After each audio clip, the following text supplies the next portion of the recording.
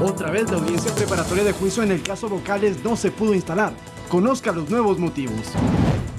Presidente Guillermo Lasso habla sobre las relaciones diplomáticas con Venezuela y deja entrever que deberían recuperarse.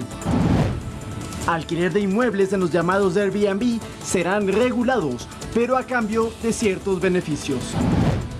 En lo internacional, migrantes ecuatorianos vivían hacinados en condiciones infrahumanas en Nueva York. Serían víctimas de la trata de personas. Y en los deportes, desde este viernes se juega una fecha más de la Liga Pro. El conjunto albo busca un triunfo para asegurar el liderato de la etapa.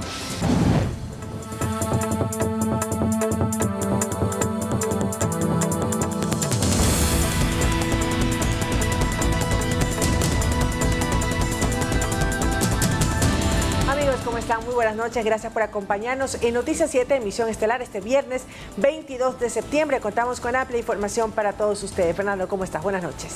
¿Qué tal, Meche? ¿Cómo andas? Un fuerte abrazo para ti y para todos. Un gusto acompañarnos en este viernes con nuestra oferta informativa que arrancamos ahora.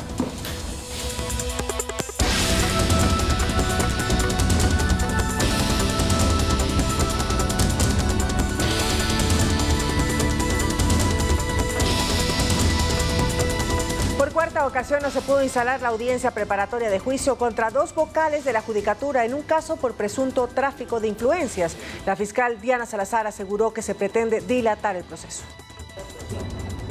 Una de las audiencias más esperadas debido a la relevancia del caso no se pudo instalar. La cita era a las 8:30 de la mañana de este viernes 22 de septiembre en la sala de la Corte Nacional de Justicia. Los involucrados, los vocales de la Judicatura Maribel Barreno y Juan José Morillo, quienes son procesados por presunto tráfico de influencias. Todos estuvieron puntuales excepto la defensa técnica de la vocal Barreno. Ella misma lo publicó en su cuenta de Twitter, donde dijo: Importante, se informa que he solicitado el diferimiento de la audiencia toda vez que mi defensa técnica no puede asistir a la misma. Específicamente se trataba que uno de sus abogados tenía una cita con el dentista y el otro tenía una audiencia el mismo día. Sumado a esto, Barreno presentó un nuevo escrito informando cambio de abogados y que necesitaba tiempo para conocer el caso. Esto generó el rechazo de la fiscal general del Estado, Diana Salazar, quien estuvo presente en la diligencia. Por lo tanto, señor juez, a vivas luces, únicamente se tratan de acciones que tratan de dilatar y obstruir una vez más la acción de la justicia. Salazar sostiene que es extraño, pues el abogado de Barreno ha estado presente en el caso desde el inicio del proceso.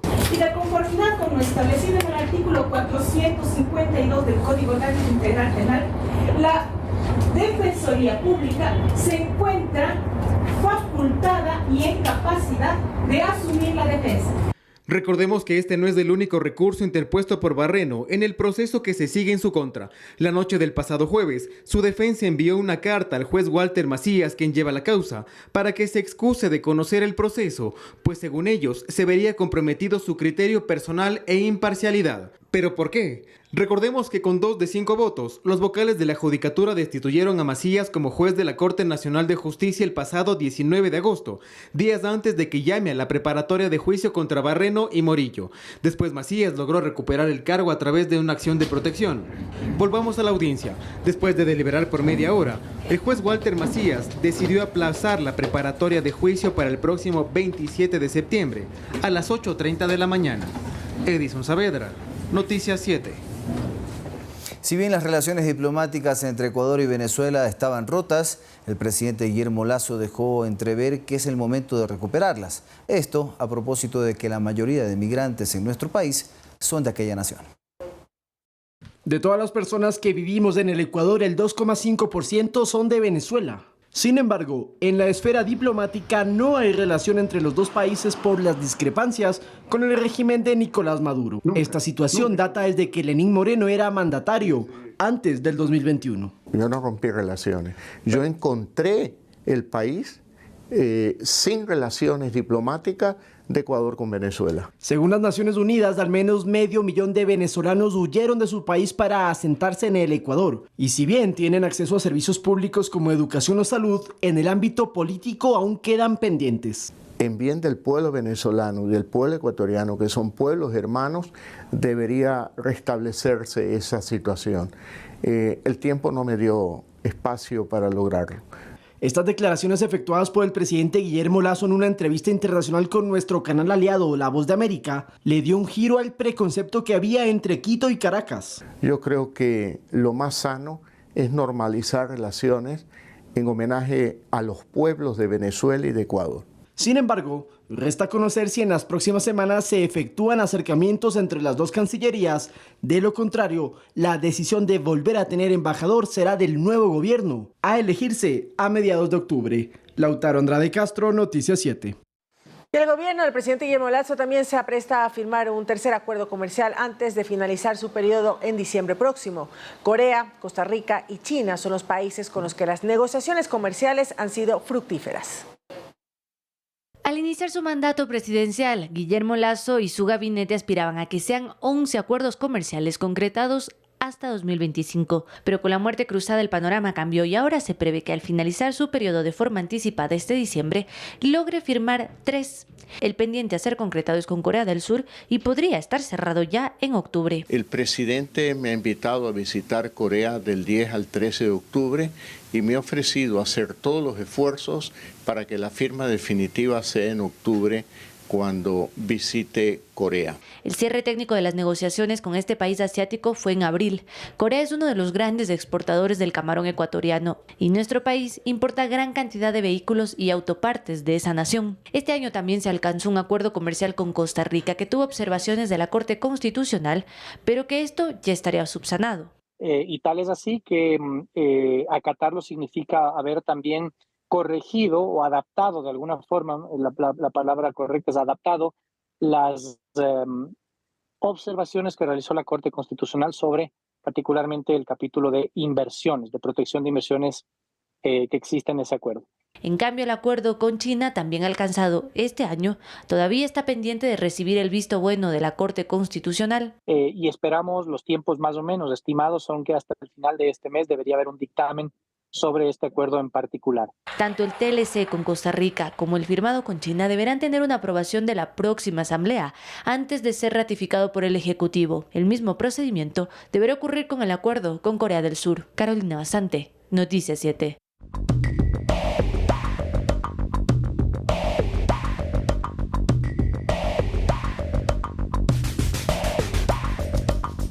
Los datos presentados por el INEC sobre el Censo de Población y Vivienda que se realizó en 2022 no solo arrojan cifras frías, sino que son importantes a la hora de construir política pública y la toma de decisiones para la distribución de la riqueza.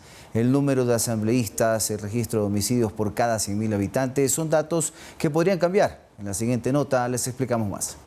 De Colombia. Las cifras presentadas por el INEC cambian la visión que desde el 2010 teníamos del Ecuador y con ello, a decir de expertos, también debería ir de la mano con la elaboración de política pública nueva. Y esto tiene impactos en distintos ámbitos. ¿Pero cómo? Por ejemplo, según los datos de la encuesta, las mujeres son la mayoría en el Ecuador, con el 51.3% y los hombres representan el 48.7%. Esa representación debería expresarse en los consejos municipales, en la Asamblea Nacional, en los consejos provinciales. Pero vamos a ver otro ejemplo. Los asambleístas se eligen respecto de la densidad poblacional de cada provincia o cantón, como hasta el momento teníamos una proyección del censo del 2010. ¿Qué va a significar? Que en esta asamblea que vamos a elegir, que estamos eligiendo más bien dicho, va a estar sobre representada. Es decir, va a haber más asambleístas de los que deberían existir porque se hizo sobre la base de más de 18 millones de habitantes, cuando en realidad el Ecuador tiene menos de 17 millones de habitantes. Por otro lado, la edad promedio del país aumentó desde el 2010 de 24 años a 29 años. Es decir, el país tiene una población más vieja. Menos hijos y hay más edad de la gente. ¿A qué conduce esto? Por ejemplo, a problemas en el seguro social. Porque lo que pasa es que tiene que haber una población solidaria que financie a la persona de mayor edad. Pero si hoy día tenemos menos personas, ese financiamiento va a ser mucho más complejo. Según el subdirector del INEC, Jorge García, las cifras son confiables. No tienen un margen de error, pero sí una omisión censal, con una cobertura del 95%. Andrea Orbe, Noticias 7. El fentanilo cobra la vida de más de 100.000 personas cada año y actualmente se la considera la droga sintética más potente y mortífera de todos los tiempos. Los cárteles mexicanos serían los responsables de su producción. Pero ¿cuál es su ruta? Se lo contamos de inmediato.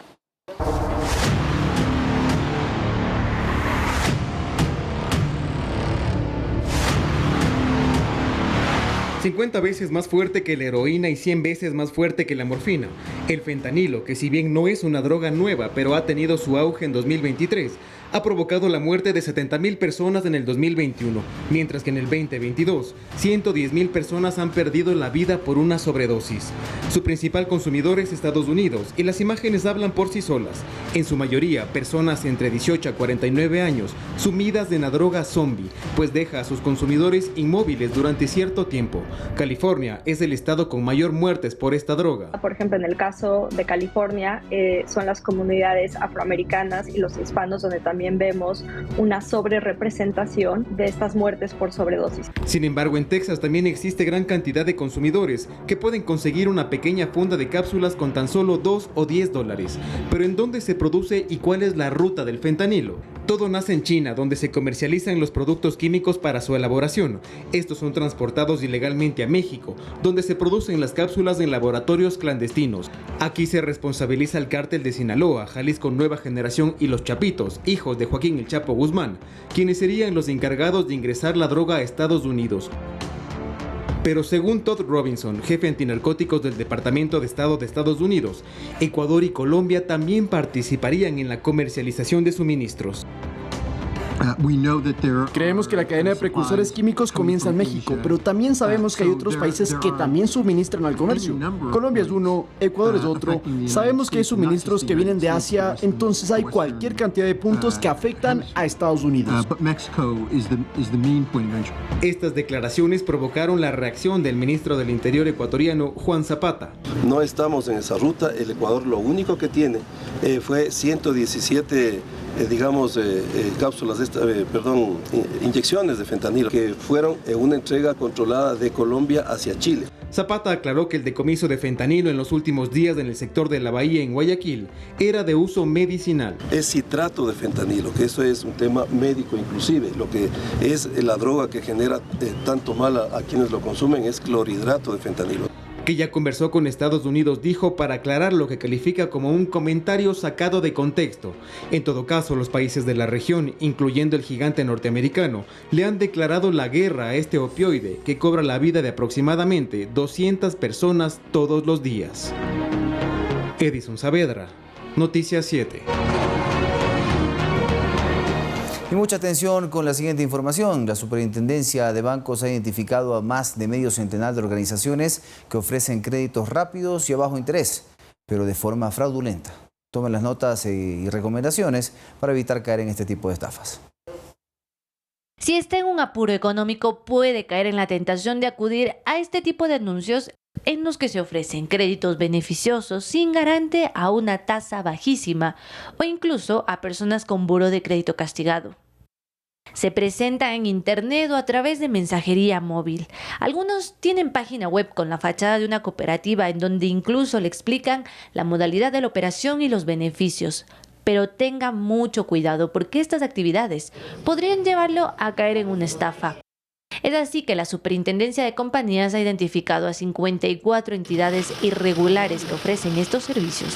La lista completa está en la web de la Superintendencia, en donde también usted puede acceder a ver el listado de las organizaciones que sí están reguladas y están autorizadas en el sistema financiero para ser prestamistas.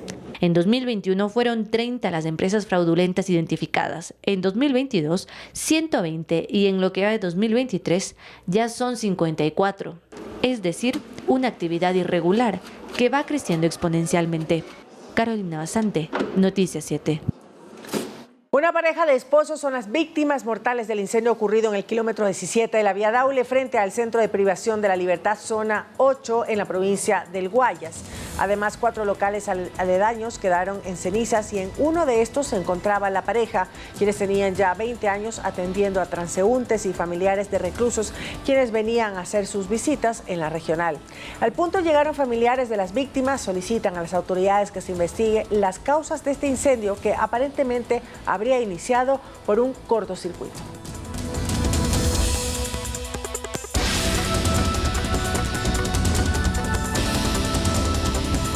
Hay expectativa por el nuevo acuerdo que remite al Ministerio de Educación respecto a la resolución de conflictos mediante mecanismos alternativos. Expertos educativos cuestionan que algunas acciones de los estudiantes no sean consideradas faltas que tengan una sanción. ¿Cuáles son estas? Se lo contamos en la siguiente nota. ¿Usted cree que es posible resolver la indisciplina y ciertas faltas de estudiantes en una unidad educativa mediante el diálogo? Pues diversos cuestionamientos generó el último acuerdo que aprobó el Ministerio de Educación el pasado 11 de septiembre respecto a la resolución de conflictos a través de métodos alternativos. Sin embargo, fue derogado este jueves.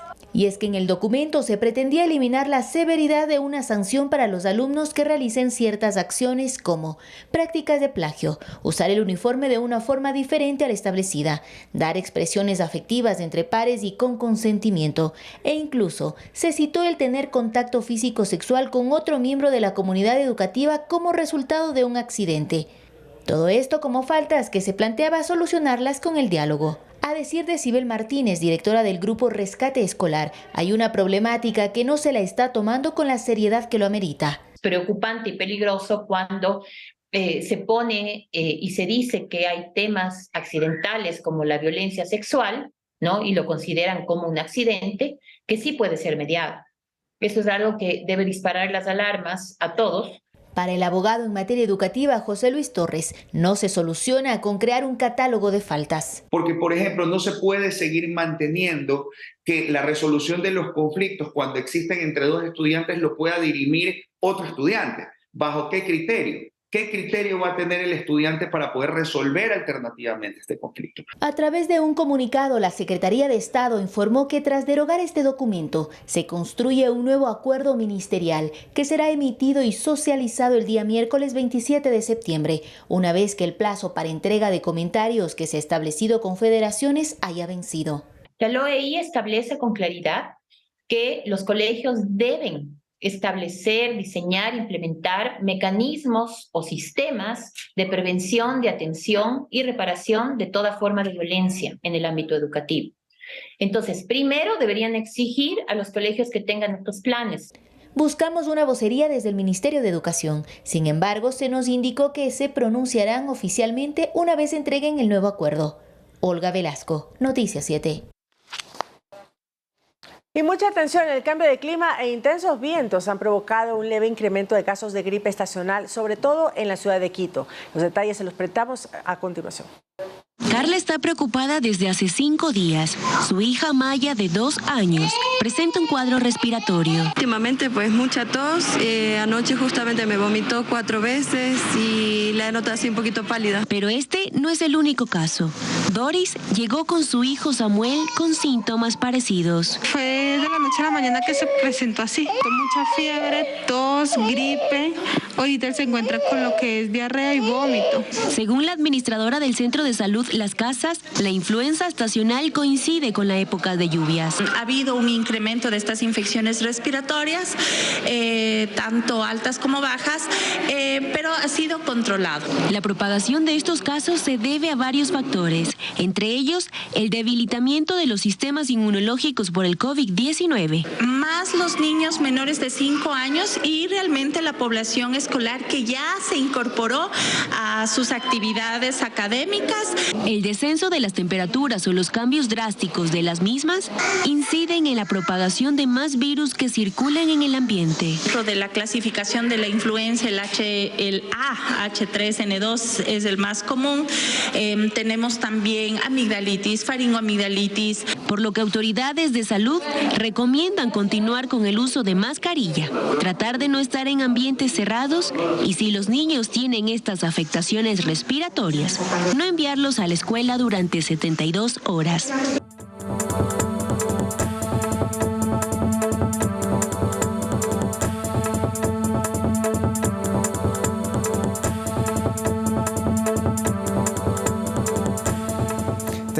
migrantes, en su mayoría ecuatorianos, fueron encontrados viviendo hacinados en condiciones peligrosas en una casa en Nueva York.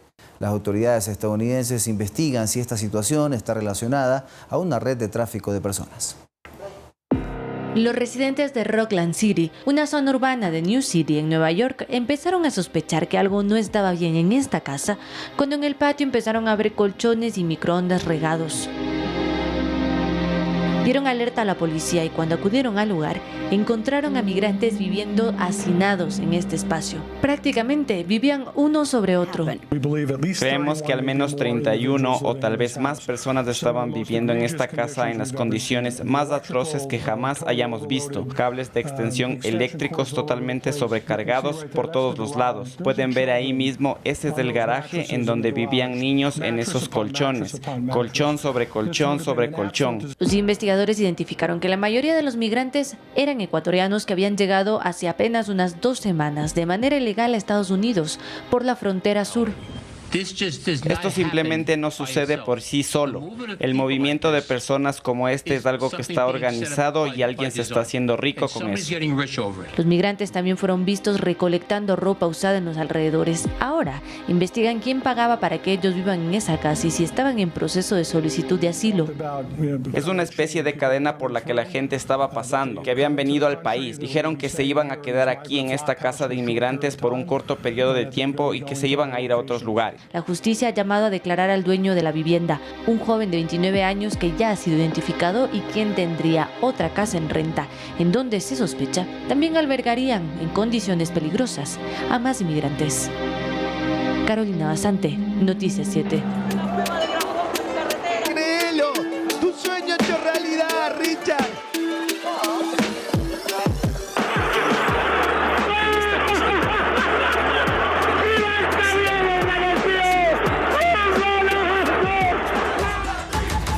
Compartido el orgullo de sentirnos ecuatorianos en grandes momentos del deporte, sentimiento que se busca difundir entre todos en el Día del Orgullo Ecuatoriano. Veamos. Ya no puedo, señores, perdónenme, pero ya no aguanto la emoción que tengo. Esto es algo hermoso. ¡Qué imagen maravillosa! Vengo del ombligo del planeta, tierra donde nunca falta el sol. Tan variada y rica es su belleza, que al verla cualquiera se enamora. Todos nos hemos llenado de orgullo con estos triunfos de nuestros compatriotas. Pero ¿qué le hace sentir orgulloso a los ecuatorianos? La naturaleza, el origen, la familia, los amigos, la tierra, todo. Tenemos gente que vale la pena reconocerlo, emprendedores, y que somos nosotros los que debemos sacar adelante al país. Yo nací en este país que sabe a caña y algodón. Según la Real Academia de la Lengua, el orgullo es un sentimiento de satisfacción hacia algo propio, cercano a uno, que se considera meritorio. Este viernes 22 de septiembre se conmemora el Día del Orgullo Ecuatoriano, que desde el 2022 se decretó que el 4º viernes de septiembre sería un día cívico. Justamente lo que buscamos fomentar es la identidad ecuatoriana, esas ganas de mostrar lo que somos cada uno de los ecuatorianos, de lo que estamos haciendo. Vamos a romper, vamos a seguir gritando fuerte por mi país. Y es que un pueblo sin identidad está condenado a no buscar mejores días, dice el historiador Mauricio Galindo. Y para él, la historia del Ecuador es sumamente rica, llena de valor cultural e identidad, por lo que conocerla y enseñarla permite a los ecuatorianos apoderarnos de nuestro país. Uno de los más bellos del mundo, con una gente que estamos peleando entre todos todo el tiempo, pero en el Ecuador, el ecuatoriano de por sí reconocido en todos lados, súper trabajador y nunca se da por vencido. Desde la iniciativa de Mucho Mejor Ecuador, se busca que la ciudadanía utilice los colores patrios, ponga las banderas y decore sus espacios de trabajo para mostrar su orgullo por el país. Manuela Bedón, Noticias 7. Y quienes rentan sus inmuebles o espacios de sus inmuebles a través de aplicaciones de alojamiento colaborativo, ahora deberán regirse un reglamento del Ministerio de Turismo. Entre los beneficios están el acceso a créditos a bajo costo. Hace 4 años, Paul Cárdenas publicó que tenía disponible una habitación en su propiedad familiar en la playa. Esto para tener un ingreso extra. Desde entonces lo ha visto como un trabajo serio. Se vio la opción para poder rentar el establecimiento inmobiliario de manera completa. Entonces se viene trabajando ya desde hace algunos años atrás con la idea de dar comodidad básicamente al extranjero que tiene demanda aquí en el país. Ahora existe una normativa para el hospedaje colaborativo. Este reglamento busca darle beneficios y seguridad jurídica a quienes son anfitriones en plataformas digitales, como lo es Paul. Entre los beneficios, según el ministro de Turismo, Nils Olsen, está el IVA reducido para quienes se hospedan en estos espacios. Otro de los beneficios es poder facturar IVA 0% a los extranjeros, disminuir el IVA del 12 al 8% en los feriados decretados por el presidente. Sin embargo, los prestadores de este tipo de servicio de alojamiento deben obtener ciertos requisitos. Entre estos está el registro de turismo, que es gratuito, pero también deben tener la LUAF. ¿Cuáles deben ser los requisitos? Que son básicamente 3. El primero, el formulario. Segundo, el pago de la tasa. Y tercero, el registro de turismo, que lo obtuvieron ya en la plataforma de Citurín. Entonces, Ahora cerca de 17,000 hospedadores formarán parte del catastro turístico. Y el Ecuador se convierte en el primer país que registra a los anfitriones de hospedaje colaborativo. Quiero invitarles a los anfitriones también a que ellos ya tienen actualmente una figura jurídica legal que ampara sus operaciones, que ampara sus inversiones. Manuela Bedón, Noticias 7. El Servicio Nacional de Aduana del Ecuador, SENAE, investiga a 20 empresas no formalizadas como couriers que compran espacios de las maletas de viajeros independientes. Atención, porque este supuesto modelo de negocio es ilegal. Me queda un cupo para celular y 2 para tablet. Y te cobraría lo que a mí me cobran extra. Seguramente esta conversación se te hace familiar y es desde hace varios años hacer encargos se ha convertido en algo muy común. En su mayoría son viajeros esporádicos que aprovechan sus viajes personales para poder generar un ingreso extra. Pese a que los productos y montos son permitidos, el cobrar una tarifa no es legal. El director del Servicio Nacional de Aduanas, Ralph Suástegui, lo explica. Una actividad que compre cupos de bienes que tienen como finalidad el consumo personal y son destinados a consumo comercial no es legal. ¿En qué punto se convierte en contrabando? La clave está en la frase de uso personal. Y esa es la diferencia primordial y es ahí donde está la afectación al Estado. También permite esta modalidad traer bienes que de otra manera serían de prohibida importación. La aduana ha identificado 20 falsas empresas de courier que contratan espacios en las maletas de los viajeros para evadir impuestos. Pero lo que hemos detectado es que viajan de manera esporádica, su maleta completa o el cupo para ciertas cosas, lo cual lo hace de difícil detección en sala de arribo. Estamos hablando de personas que llegan a mover, en algunos casos hemos detectado 2.000, 3.000 kilos mensuales. Por parte de las empresas legalmente constituidas, creen que quien puede perjudicarse es el cliente. Así lo dice Marcelo Arteaga, gerente de ACEMEC. Básicamente los costos o las tarifas son similares, pero con una gran diferencia que no tienen ninguna garantía. Según los resultados de operativos de control en estos últimos 4 meses, Suástegui cuenta que se han decomisado en un solo operativo $400,000 de mercadería contrabandeada. Manuela Bedón, Noticias 7. Desde el Parque Gabriela Mistral, en el sector de La Mariscal, en Quito, se lleva a cabo el Parking Day, una iniciativa para fomentar la educación vial en la ciudadanía por parte de la Coalición por la Movilidad Segura. Esto en el marco de la Semana de la Movilidad Sostenible. Durante el evento se realizaron varias actividades, como la simulación de estar bajo efecto de varias sustancias, como cansancio, drogas y alcohol. Sofía Gordón, coordinadora de la coalición, explica que los esfuerzos para tener una mejor cultura vial y disminuir las cifras de siniestros se requiere un trabajo integral desde la infraestructura. Se habla del peatón imprudente que cruza por lugares donde no debe, y eso no es así, sino que la ciudad a veces tiene unos cruces seguros demasiado lejos y cuando queremos acercarnos a un sitio pues no podemos cruzar por un cruce seguro. Entonces eso es súper importante porque nos están matando en las calles. No puede ser posible que al cruzar la calle pues nos maten y 6 personas al día fallezcan en las calles del Ecuador por siniestros de tránsito, y de esas 6 personas el 45% son peatones y ciclistas. ¿Qué nos dice esto? Que realmente las calles no son lugares seguros para habitar. Ya son varios los beneficios que la inteligencia artificial puede aportar a la educación, pero también existe preocupación por su impacto. Especialistas abordaron las ventajas, limitaciones y los retos que implica esta tecnología. Vamos. La inteligencia artificial abre nuevos debates en relación a los procesos de enseñanza y aprendizaje. Hoy en día la inteligencia artificial es una herramienta omnipresente y que seguramente va a estar en cada casa, en cada celular, en cada computador. Por lo tanto, pues a esta herramienta hay que incorporarla como un aliado estratégico a todo lo que es la función educativa. Destaca que en cuanto a los docentes ayudará a utilizar a crear herramientas de evaluación automatizadas más precisas y confiables. ¿Cuántas horas puede pasar un docente revisando y calificando? Eso pues la inteligencia artificial lo va a ayudar mucho, pero por el otro lado no solamente a una puntuación, sino también a un seguimiento en cuanto al desarrollo de destrezas con criterio de desempeño que a un docente le hace imposible frente a 400, 300 alumnos que maneja. Con la presencia de estudiantes y docentes se realizó un foro en Guayaquil, donde también se abordó la relación entre la tecnología y la salud mental. El niño que está expuesto al mundo tecnológico debe estar siempre guiado por el adulto y haciendo de que sus desarrollos cognitivos e inteligencia emocional también pueda vincularse de una forma idónea con el niño, con los aparatos tecnológicos, ¿no? Además menciona sobre las amenazas potenciales que deben considerarse.